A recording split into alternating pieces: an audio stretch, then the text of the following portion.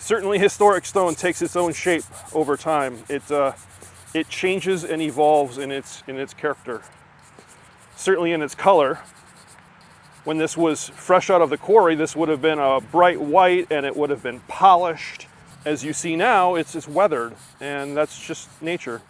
Nature gives it to us, and then it also takes it back.